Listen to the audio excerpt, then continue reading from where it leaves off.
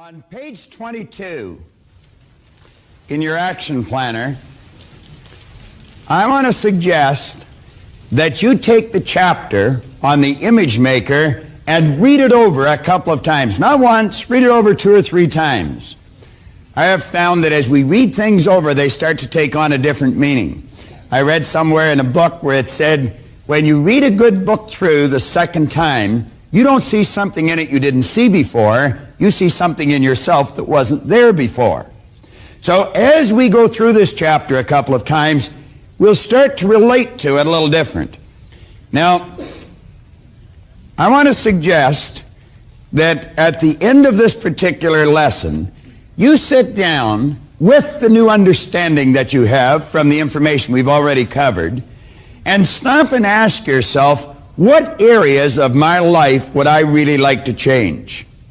Take a look at some of the results you're getting at the bottom of page 22 and list some of the results you'd like to change. Now, at the top of page 23 is a quote that come out of Maxwell Maltz's classic Psycho-Cybernetics. Psyche being Greek for mind, cybernetics being the science of control and communication in our marvelous mind.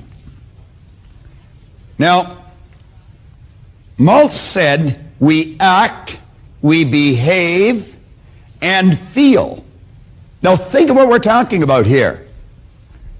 We act, we behave, and we feel. The vibration that we're in most of the time,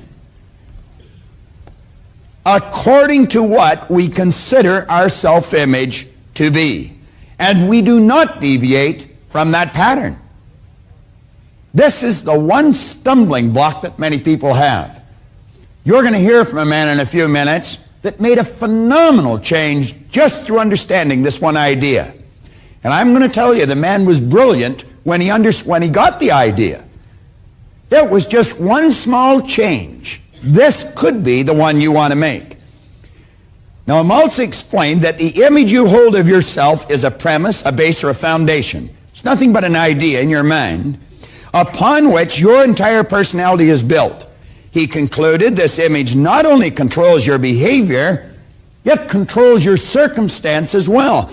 Now, it would take a respectable understanding to grasp that. How could an idea in our mind literally change the circumstances in our life?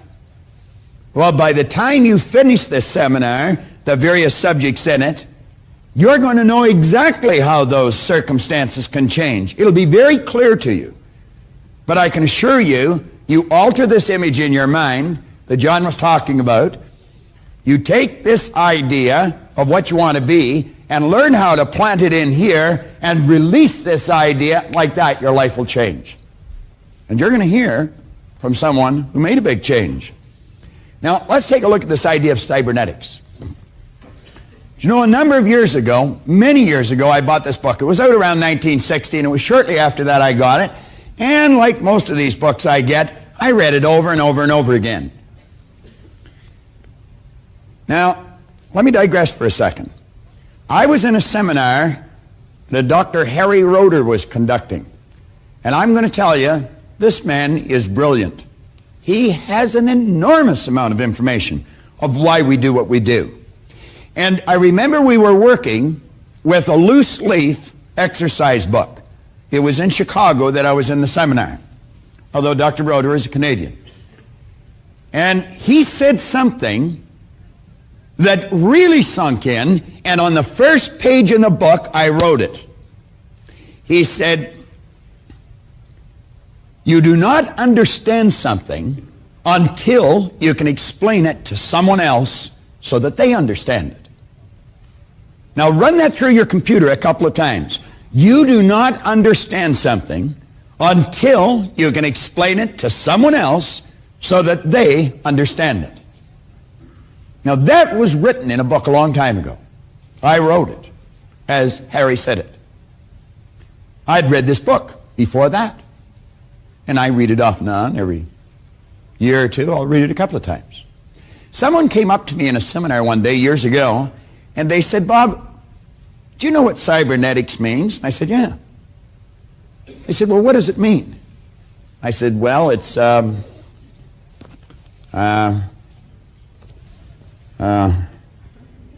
all I could see was the front page of that book where Dr. Roeder said, you do not understand something until you can explain it to someone else so that they understand. And I didn't know how to explain it. Now, this chapter, or this paragraph on page 23 is right out of this book. I went and got the book out again, and I started to study it. And I got some other books on cybernetics, some real heavy stuff, and I started to study it. Now, let's read it. Cybernetics is a science of control and communication in the animal and in some machines. It is based on the fact that both biological organisms and some machines have sensors that measure deviation from a set goal. These sensors signal feedback into a coordinating mechanism, your nervous system, which corrects the output or the behavior of those same organisms or machines. Now, if you're reading a page and you go spinning past that paragraph, I think you'll have to admit it'd be pretty easy not to understand what you've just read. Now, you just read, in fact, I read it to you and you probably followed me. You might ask yourself, could you really explain that to someone? Well, I obviously couldn't. That's why it's so essential that we listen to this over and over again. A couple of us were talking at the break, and this gentleman just come back. He came back, he'd just been through the seminar, he came back through it again. And he says, it's so much different. And I said, every time you go through it, it's different. I said, that's because you're operating with a higher awareness, and you'll see things you weren't able to see before. Now, turn over onto page 24.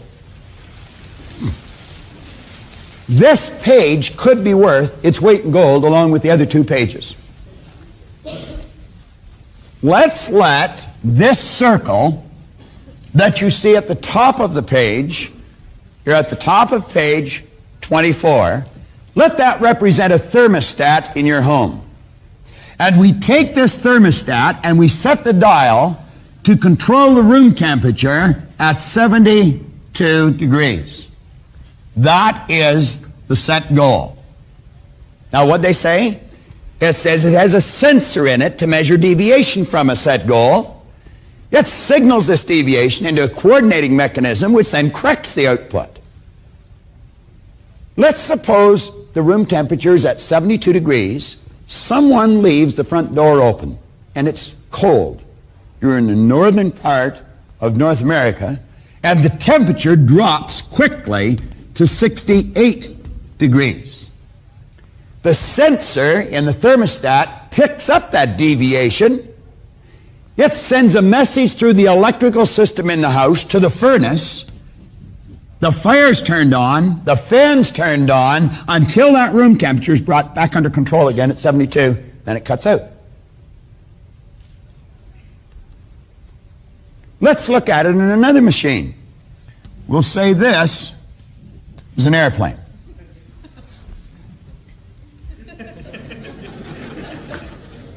Well, that wasn't nice. I'll bet you couldn't draw it any better. It's quite obvious I haven't majored in art. Like the guy said he majored in the minors. All right. Now, this airplane, let's suppose it leaves Pearson International Airport in Toronto, and it's going to LAX or Los Angeles in California.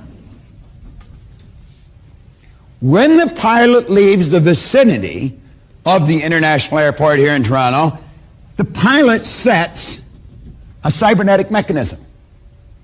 That's called an automatic pilot. Then you see the guy with the 4 stripes wander down the plane and, how are you today, sir? You having a nice trip? Enjoying yourself, ma'am? I used to sit there and I think, why doesn't he get back in that room up front? I didn't feel particularly comfortable screaming through the sky at that height and the guy that's in charge of the ship wandering around, inquiring as to the state of my health. But I would feel much healthier if I didn't see you wandering around this plane. But it didn't make any difference. He could have come back and sat with us. That plane was under control. It had an automatic pilot, a cybernetic mechanism.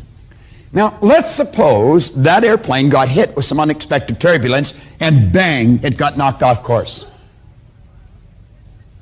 The automatic pilot would pick up the deviation from the set goal. If it didn't, this thing might end up somewhere down around Juarez, Mexico.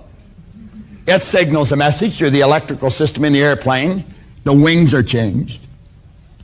The engine thrust is changed, and that plane is brought right back under control again.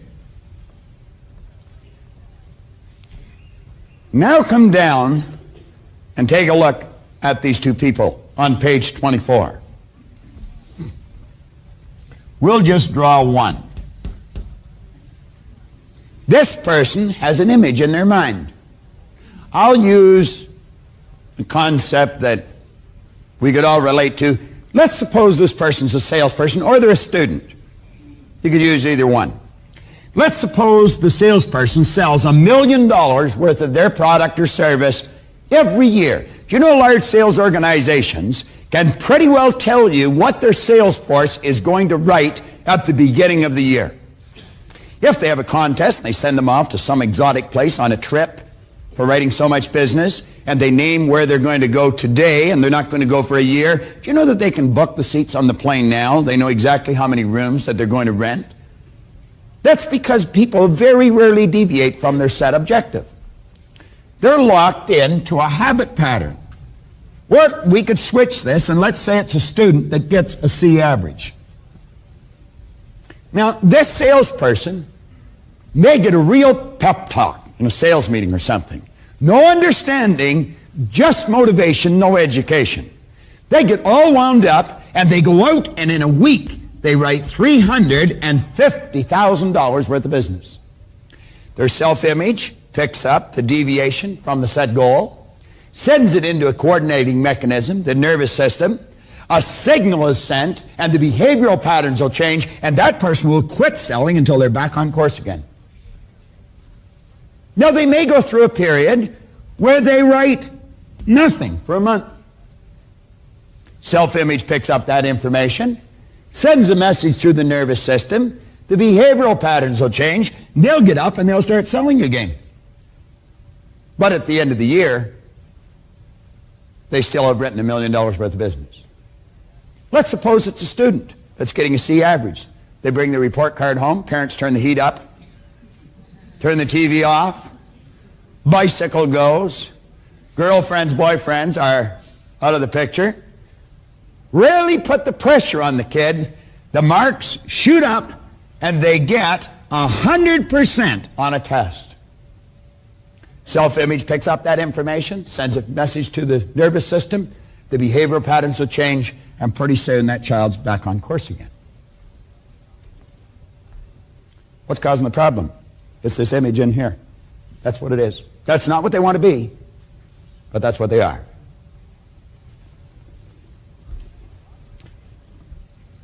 At the bottom of the page, that drawing. On page 25, results in control of you, you in control of results. If you were to look in your Born Rich book on page 62, there's a story of a man that I am very proud to call my friend, and John's friend as well. This man started into the insurance business in the southern part of the United States 38 years ago. He had just left college. He was 23 years old. He worked as an agent, a salesperson, for 3 years. Then he moved into management. He held a number of management positions. As a matter of fact, he became the vice president of sales for the states of Kansas, Missouri, Texas, Louisiana, and Mississippi. John and I both did a lot of work for him in that area. And I'm going to tell you, he is a good man. There is just absolutely no question about it. And he is well liked and respected. Big difference in the two, both of them. This man today decided that he wanted to quit traveling, and he wanted to move back to his roots. I often ask people in the seminar, how many of you are living in the house you choose to live in? I don't very often get many hands up. This man would be able to hold his hand up, because I've been in that house. I've slept there, I've eaten there on a number of occasions. And I'm going to tell you, it's one of the nicest houses I've ever been in. But it's a little more than a house. It's a real comfortable home. It really is. And you feel welcome when you walk into that place. The energy in there is just incredible. He's got a just an absolutely beautiful wife, Tip.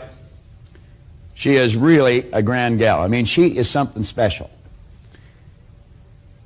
He's not only busy in the sales field, he's got 5 children and 19 grandchildren. You'd almost think the guy was 150, wouldn't you? This beautiful house he owns, he not only sells, he gets involved in some physical labor. It's way back in off the road. And I'm going to tell you, it's beautiful, absolutely beautiful. It's got its own little lake. He decided to brick the driveway, and he was going to put them all in himself. Now, not being too fond of manual labor, I took a look at what he was starting, and I thought, the poor guy's got to need a psychiatrist. You know, I asked him this morning or last night, how many bricks did you lay there? And he said, 55,000. Give you an idea how long the driveway is. It's all his property. He wasn't bricking somebody else's driveway.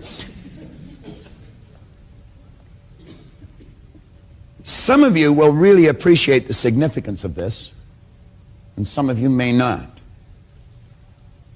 This man lives in a town of 17,000 people, where the average income is below the national poverty level.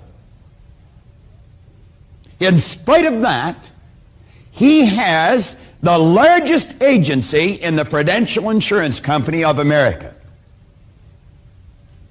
He has 60 agents and 8 managers. Now, this is absolutely phenomenal. He operates one of the largest, he operates the largest agency, and certainly one of the most successful. He's a man that really believes in what he does. Not a lot of people do. I've met his children. And Janie, his daughter, is the mother of 3 beautiful little kids. She works in the same company Paul works in. She's an agent too. And Joe, his son-in-law, he's an agent in the same company that Paul's in. I like it when I see a person bringing their own family into the same business they're in. It speaks well of what they think of their business. I think of all the things I could say about this man. He's a man of integrity, and you are more than fortunate in meeting him. Believe me, you really are. He's a very special friend of mine and John's, and I phoned him just a little over a week ago, and I said, you know, I've got an idea that it would really add something to this program, because there will be millions of people watching this all over the world. Within a couple of months, this particular seminar that you're sitting in will be on the market in New Zealand, Australia, in England, and in every city in North America. I wanted those people to know this man. But even more than that, I wanted them to hear from the person themselves how a man took the idea on this page and like that, put it to work, and the difference it made in his life. And I'm going to tell you something. You could not consider him a loser when he got this idea by any stretch of the imagination. He's a very special guy.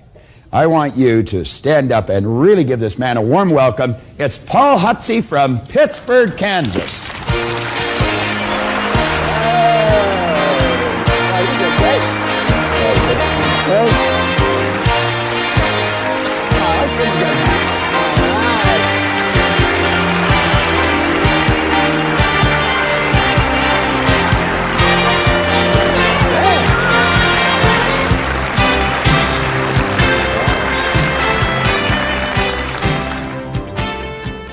As I pause to think about what sets most men apart, it seems to me that goals in life is a place to start.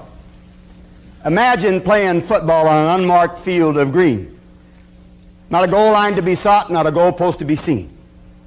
It would be an aimless battle with nothing to be gained, without a thing to strive for, not a score to be obtained. We must have purpose in our lives, for the flame that warms the soul. Every man must have purpose. Every man must have a goal. The question is, why are you here today?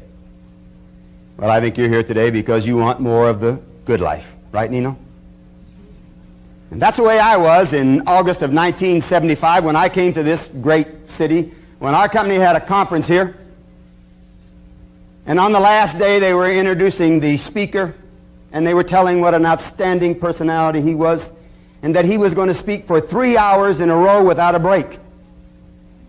And I leaned over to the guy next to me, and I said, I wish this guy good luck in his next job because he's on his way out of this one. I couldn't imagine anybody talking for 3 hours. And then this red-headed guy ran up on this stage and started jumping up and down. And as he began to talk, why, he talked about different ideas. He talked about the way you think. And he talked about the great law. And he talked about the picture of your mind. And as he talked, well, there came a hush over the crowd, and he really mesmerized people for 3 hours. Now, I've heard a lot of speakers, but this man kind of charged me up. And when it was over, I said to him, could you and I have a cup of coffee together? And without a minute hesitation, Heather, he said, yeah. Now, one of the great things about Bob Proctor is that he's a great giver. And sometimes people give you 2 or 3 minutes. But we went off and we sat down and we talked for a long time. And I said to him, you know, some of the things that you said today kind of turned me on. I don't see myself as a loser. And I'm considered to be a good manager. One of the bright ones, they tell me, in the company today. They say I'm a motivator, I'm a good speaker, but things never really seem to happen in my life. Why is that? The things that you're talking about. And he says, I can see very clearly what's wrong with you, and it will only take me about It will only take me about 15 minutes to straighten you up. So he talked for a while. He said, looky, I'm coming to Kansas. This is August. He said, I'm coming to Kansas in October to do some seminars for your company. I'll see you then. I didn't want to wait till October. I said, I want to know about this now. He said, I'm traveling Indiana and Illinois next week. If you want to come with me, come on. So for a whole week, I traveled with him.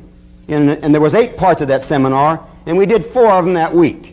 And then at night, when everybody else went to home, well, he did the other 4 with me. Now, let me tell you a little bit about how those ideas impacted my life and the lives of people around me and that I've been able to impact. Because I began to see possibilities. I began to see doors instead of walls. That was October when he came to Kansas. My agency at that time was about 180 in a company, and in 2 months we went to 72. And then later that year, why, I was transferred to another district. That district had not won a citation in the company for 8 years. One of Prudential's highest awards. When I got there, we were 163. The first year, using these ideas we're talking about right now, we finished 11 in the company out of 500. And then 9, and then 4. And then 80 and 81, we were the #1 agency in the company in first-year commissions, and that's the name of the game. Everybody understands that. First-year commissions is the name of the game. And we did that in a town of 17,000 people, as he said. But I've come to understand that it's not where you are that counts, but who you are, Tammy. Now, what's the difference? What was the difference between the Paul Hutsey then and the Paul Hutsey later? Well, I've come to understand this, that there's very little difference in most people. But that little bit of difference is the way you think. And that makes a big difference. You know, William James, a great philosopher, one time said that the greatest discovery of our century is that you can change your life by changing the way you think. So from a practical point of view, from somebody that's on the street like I am, let me tell you about how these ideas that Bob talks about might impact your life and the things that they might do for you. I do some public speaking, do some seminars for companies. I've developed some of my own ideas, laws that I call on, that I share with other people. And let me share some of those with you. First of all, let me talk to you about the law of repetition. And I'm going to go through this real quickly. But I think it's the number of times that you try something that's really going to make the big difference in your life. You see, the reason why you need to read your books and your tapes very often is because of repetition. Spaced repetition. It is the number of times. That's why the video that we're doing right now is so important for you to have. Just think about having Bob Proctor in your house every day. I promise you that if you would take 15 minutes a day and listen to one part of this tape, you will be an expert on that part. But what happens while you're doing this is that you develop a habit. And that's what happens when you develop ideas along. You develop a habit that you couldn't break that habit if you wanted to. I could not harbor a negative thought if I wanted to. I'll give you a great classic example of that. Helen Keller is one of all the great time people. She one time coined a phrase that says, every time a door closes, another one opens. But some people concentrate on the door that's closed so much that they never see the door that's open. Now, when you practice these ideas, then I'm saying that you always get a chance to see the door that's open. Now, this time he has said so many times today, it's been said so many times today, that if you practice these ideas, and this is a quote that came directly out of Think and Grow Rich, if you practice these ideas long enough, riches will come your way so fast you don't know where they're coming from. Now, if you have a big goal in life, if there's something big that you want to achieve, then there's a decision that you're going to have to make right away. What are you willing to give or give up to have what you want? You see, nature's greatest law is the law of cause and effect. Emerson calls this the law of laws. The great law that says you can't take more out of life than what you put into it. No way that can happen. Now, why is it then that we don't achieve big goals? Even more so, why don't we set big goals? Why is that? Well, you know why. It's a universal reason. Fear. Fear of failure is the reason why most people don't try to do things. What if I try and fail? What if he asks me a question and I can't answer? I don't know how it is right now, but when I was a young kid and we had a school dance, why, the girls all stood on that side of the wall, you know, and the guys stood on this side of the wall, and Esther was the cutest girl and the best dancer in school, and I really wanted to dance with her. But I was afraid to walk across there and ask her to dance, and she might say, oh, you got pimples, you know, and then I'd have to walk back and all the guys would laugh at me, see, and so I didn't get what I wanted because I was afraid to try. Now, let me tell you how you overcome the fear of failure. You overcome the fear of failure by having a goal that's worth failing for. That may be the most important thing I say to you all day long, is having a goal that's worth failing for, worth taking a chance. You see, I've come to understand that failure is a very positive part of your life, is that you cannot have failure without success, and that you cannot have success without failure. It's both sides of a coin. So, I think about these things, and when I talk about having a goal that's worth failing for, I'm talking about having a big goal, Tammy. Something that excites you, something that turns on. You see, there's really two kinds of goals. There's logical goals and emotional goals, John. Logical goals are reasonable.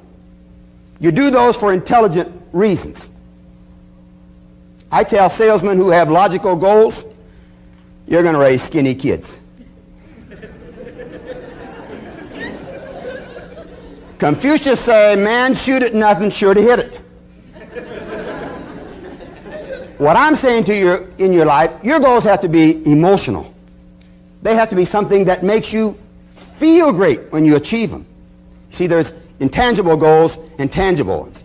The tangible one is the car, the house, the boat. But you don't want the car or the house or the money. What you want is the way it makes you feel. And that's a great understanding. That's why you have to have the emotional goals, because of the way it makes you feel. Now, when you have a big goal in your life, an intangible goal, emotional goal, then you are going to have conflict. You are going to have adversity. You are going to have circumstances. This may be the most important thing I will say to you today, is that there'll never be a circumstance on the outside of you that will ever help you or hurt you. It's what's on the inside that counts. So as you reach out for something big, why then you're going to have conflict, you're going to have adversity, and that's when the greatest law, and you've heard it talked about today, the greatest power you have comes into being. That's the power to choose. That is your greatest power. I talk about that so much that I think that pretty much the sum of your life right now is the sum of the choices that you've made. And that if you want something better out of life, it may be just as simple as changing some of the choices. But let me tell you, when you want a bigger bite out of life, then you're going to have adversity. And I'm saying it's not adversity, but the way you act to adversity. Personal example. Bob talked about the house. I've always had a dream when I was a little kid. I always wanted a house that set on 10 acres just outside of town.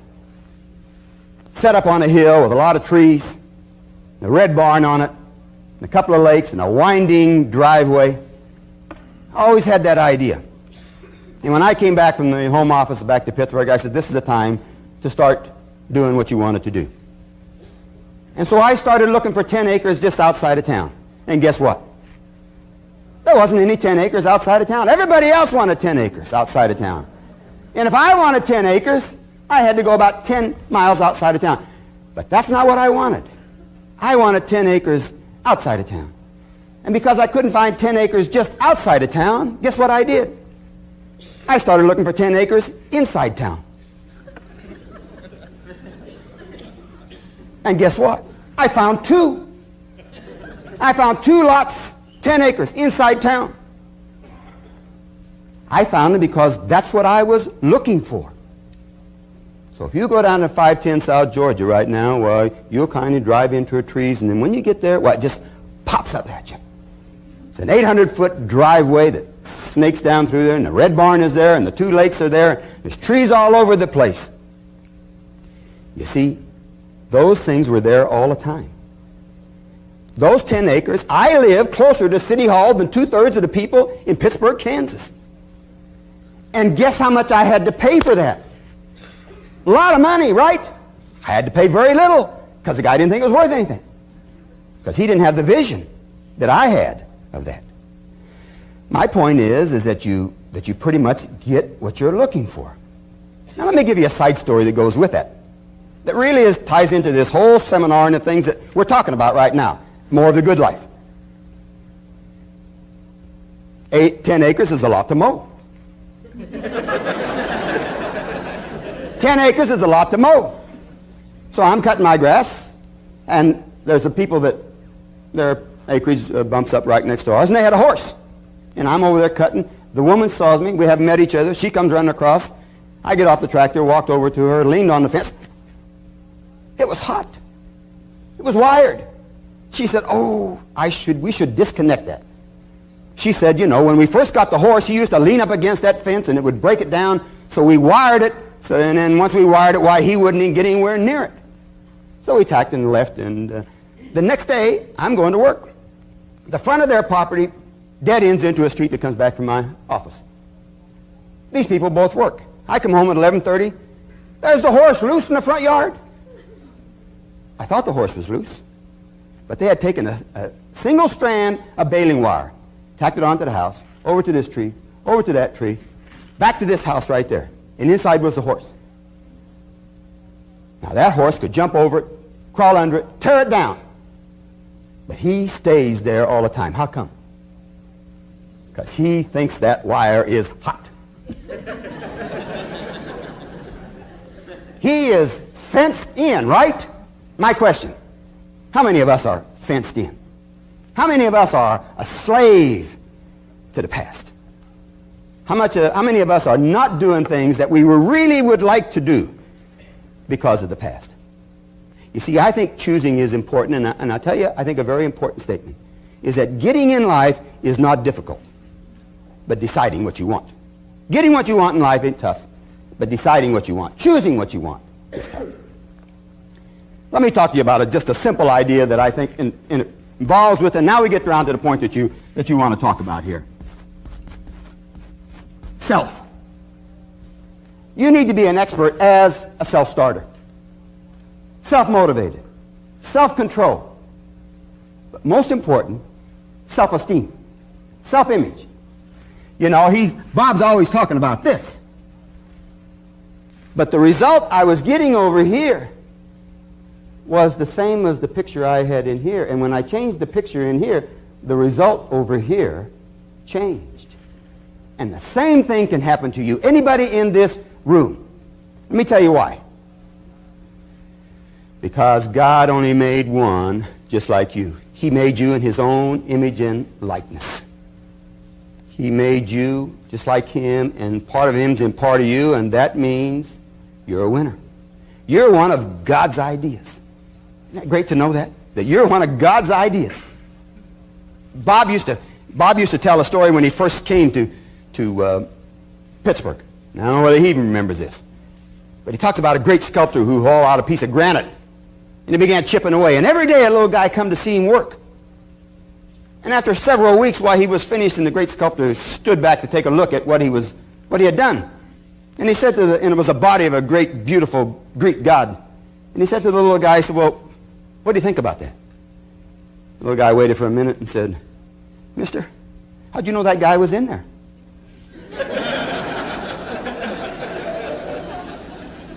Well, I'm saying that guy was in there all the time. You're a Mona Lisa. What makes a Mona Lisa so valuable? What's rare? Just one of a kind. And you're just one of a kind. But it's how you see you that makes a difference. How does the quote go? The me I see is the me I'll be. In Robert Schuller's latest book, Failure is Never Fatal, Success is Never Final, he tells a story about a small kid playing baseball by himself in the backyard, and he said, I'm the world's greatest baseball player. He throw that ball up and swing at it, missed it. I'm the world's greatest baseball player, threw it up again, missed it. I'm the world's greatest baseball player, threw it up, missed it, strike three. He said, wow, what a pitcher I am.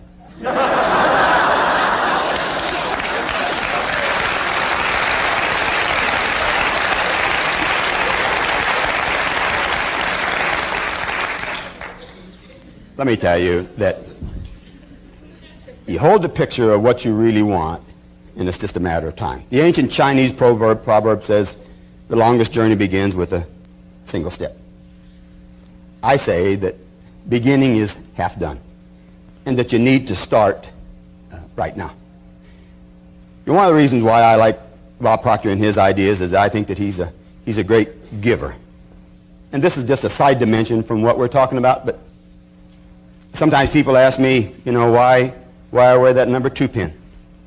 And I got the number 2 pin from Bob Proctor a long time ago because he cares about people. I wear the number 2 pin to always constantly remind me to always put the other guy first. You always put the other guy first, and he'll always put you first. And a great guy one time said that the first shall come last, and the last shall come first. And I'm convinced that the ideas that Bob has got is great, but he practices his idea. He cares. He doesn't do this because of money. He does this because of feeling. And his feeling is that if you get a picture of what you really want, then it's just a matter of time until you have it. So let me wrap this up, Bob, and just with a quote that came right out of the book that he's talking about right now of James Allen. And this is what the whole seminar is about right now, where it says, the vision that you glorify in your mind, the ideal that you enthrone in your heart, this you will build by your life, and this you will become.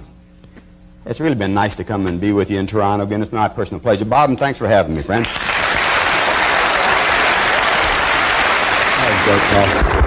Hey!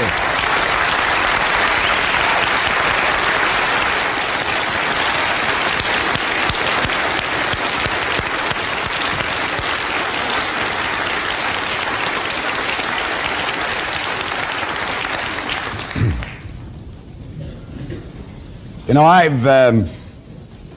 I've shared Paul's story with countless thousands of people, But it was really nice to be able to share Paul with the people today, and with all the people that are going to be watching this in their homes and in their offices all over the place. Paul talked about the self that you have here is what's going to determine what you're going to be. John talked about I never noticed the difference in that, Paul, but I always found the Americans crucified our language. At any rate. And I guess the Canadians crucified the English language. But at any rate, you have an image here in your subconscious mind. Now, the first step in changing that picture is in your exercise book, your action planner on page 26. So often, as Paul mentioned to me, for 22 years, every year he promised he was going to get one of those citations, but he said, I never got it. Emerson said, of what use to make heroic vows of amendment if the same old lawbreaker is going to keep them? You see, Paul was trying to get that citation with the same old picture. And the only thing I suggested to Paul, and it didn't take long, was how to change the picture. And I said, you change the picture, Paul, and I said, your results will change so fast, you'll be shocked. Now, this never happens by accident. You've got to put forth a little effort. Remember how John started out? He said you put a little in, you get a little out. Some people put a little in, but they put a lot of energy behind it. They still get a little back. If you put a whole lot into it, you'll get a whole lot back. Now, what I want to suggest, as this lesson comes to an end, I want to suggest that you go someplace quiet, by yourself, and think. I mean, really think. Life is precious. There's absolutely no question about it. I think that there's enough evidence, just in what we've covered in this seminar, to indicate to you that you can have, do, or be the things you want. It was no accident that Paul got that house. It's no accident that he runs the largest agency in all of the United States of America, in the world, with that company. And in a town of only 17,000 people, where the average income is below the national poverty level. That's no accident. That's how Paul sees his people operating. And as a result, everyone benefits. Not just the people in his agency, but all the people they serve. Now, we're suggesting here that you make a written description of the person you're about to become. Now, that's not going to make you that person. We're going to get into how to take that image and turn it over in the next lesson. But I want to suggest that you sit down and you really think. Realize this power is flowing into you. As it flows in, we said it just is. It's without form. You make it what you want. And I'm suggesting that you build into your mind a picture of exactly how you want to live. Don't give any thought to how it's going to happen. We're not at that point yet. One step at a time. What kind of a person do you want to be? Where do you want to be in your commercial career? What kind of a financial position do you want to be in? I can tell you one thing with absolute certainty. When Paul got this idea, he was already winning. When John and I got it, we were miserable losers. And I know that if I can do it, anyone can do it. I've gone into prisons with this, and so has John. We've worked with people who are right down and out, the casts of ways. And we've watched them literally change their life just through these simple concepts. And so can you. But you've got to decide, how do you want to change it? You don't get the house by wishing. You decide, what kind of house do you want? Now, don't just build a picture of being a wealthy person. When Ray Stanford first suggested I could change, that's all I was interested in. And I got it. Howard Hughes did too. But he ended up alone and lonely and in a very defiled body. Now, build an image of being happy, of being healthy, and of being wealthy. And I would suggest that you build into it the kind of an attitude that you want for everyone else what you want for yourself. And your life will be absolutely incredible. Now, all you have to do is build this picture in your mind. And when this lesson's over, I'm going to suggest you go somewhere quiet and do that. Don't put it off. Do it. Don't wait till tomorrow, next week, next month, 5 years from now. Waste all that time. You do it before you go to bed today. Sit down, take your pen, and right here on page 26, describe exactly how you want to live. And when we get into the next lesson, we're going to show you how to firmly plant that image into this part of your mind, and I'll guarantee you, you'll change. And you'll change fast. Now, you just heard from a gentleman from Pittsburgh, Kansas. He's flown all the way up here just to share that with you, that it does work for him. Now think. He tried for 22 years. You can tell by looking at him he's a good man. For 22 years, he tried to get what he wanted. He couldn't do it. You'll never do it through force. You'll do it through faith and by law. And we're going to show you how to put it in there tomorrow. You'll have to admit Paul Huntsey sure changed the direction of his life and that of all his family with the proper image. He was something else, wasn't he? Well, we're at the halfway point now. I might suggest that before you even go any further, you might want to go back and review all of this material. It's so important to you and your life. Now focus on your goal. Sit back and really think, what do I really want? Like Paul.